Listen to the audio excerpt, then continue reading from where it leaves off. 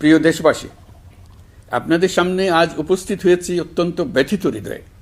ইনকিলাব মঞ্চের মুখপাত্র শরীফ ওসমান হাদির তা শুধু একজন ব্যক্তির উপর আঘাত নয়, এটি বাংলাদেশের অস্তিত্বের উপর আঘাত, আমাদের গণতান্ত্রিক পথ চলার উপরে আঘাত।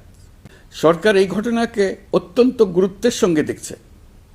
ঘটনার সঙ্গে জড়িতদের প্রাথমিকভাবে চিহ্নিত করা গেছে।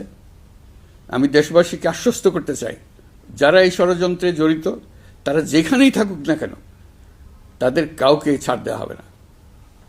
আমি পরিষ্কারভাবে বলতে চাই, পরাজিত শক্তি ফ্যাসিস্ট টেররিস্টদের এই অপচেষ্টা সম্পূর্ণভাবে ব্যর্থ করে দেওয়া হবে। ভয় দেখিয়ে, সন্ত্রাস ঘটিয়ে বা রক্ত ঝরিয়ে এদেশের গণতান্ত্রিক অগ্রযাত্রা কেউ থামাতে পারবে না। আপনাদের প্রতি আহ্বান জানাই, সংযম বজায় রাখুন, অপপ্রচার বা গুজবে কান দেবেন না। ফ্যাসিস্ট টেররিস্টরা যারা অস্থিরতা সৃষ্টি করতে চায়, আমরা অবশ্যই ঐক্যবদ্ধ হয়ে তাদের মোকাবেলা করব, তাদের ফাঁদে পা দেব না। পরাজিত ফ্যাসিস্ট শক্তি এদেশের পবিত্র মাটিতে আর কোনো দিন ফিরে আসবে না। প্রিয় দেশবাসী, আমাদের তরুণদের রক্ষা করুন, তাহলেই আমরা সবাই এবং আমাদের প্রিয় মাতৃভূমি রক্ষা পাবে। যারা দেশ ছেড়ে পালিয়ে গেছে তারা বুঝে গেছে, তরুণ যোদ্ধারা তাদের পুনরুত্থানের পক্ষে ভীষণ রকম বাধা। এই অস্ত্রহীন, ভীতিহীন, ব্যক্তিগত স্বার্থ সম্বন্ধে সম্পূর্ণ উদাসীন দৈনন্দিন এই চেহারার ছেলে মেয়েদের নিয়ে তাদের সাংঘাতিক ভীতি।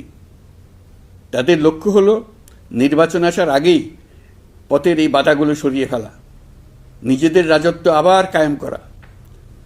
তাদের বন্ধুরা যতদিন তাদের সঙ্গে আছে ততদিন তারা এই স্বপ্ন দেখবে। নির্বাচন হয়ে গেলে তাদের বন্ধুরা সমর্থন জোগাতে বেকায়দায় পড়বে। সেজন্যই তো এত তাড়াহুড়া। তারা চায় নির্বাচনের আগেই তাদের ফিরে আসা নিশ্চিত করতে। নানা ভঙ্গিতে এটা তারা করবে।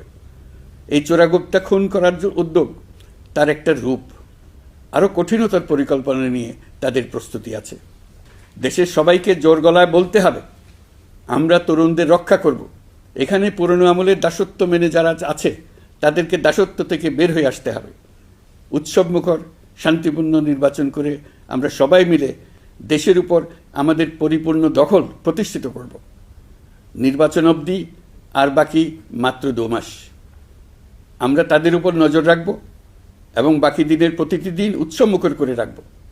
যেহেতু আমাদের কিশোর কিশোরী, তরুণ তরুণীদের মনে কোনো ভয় ডর নেই, তাই তারা নির্বাচনের আগের 2 মাসের প্রতিটি মুহূর্তকে উৎসবমুখর করে রাখবে। সব রকমের হিংসা, কোন্দল থেকে দেশকে বাঁচিয়ে রাখবে।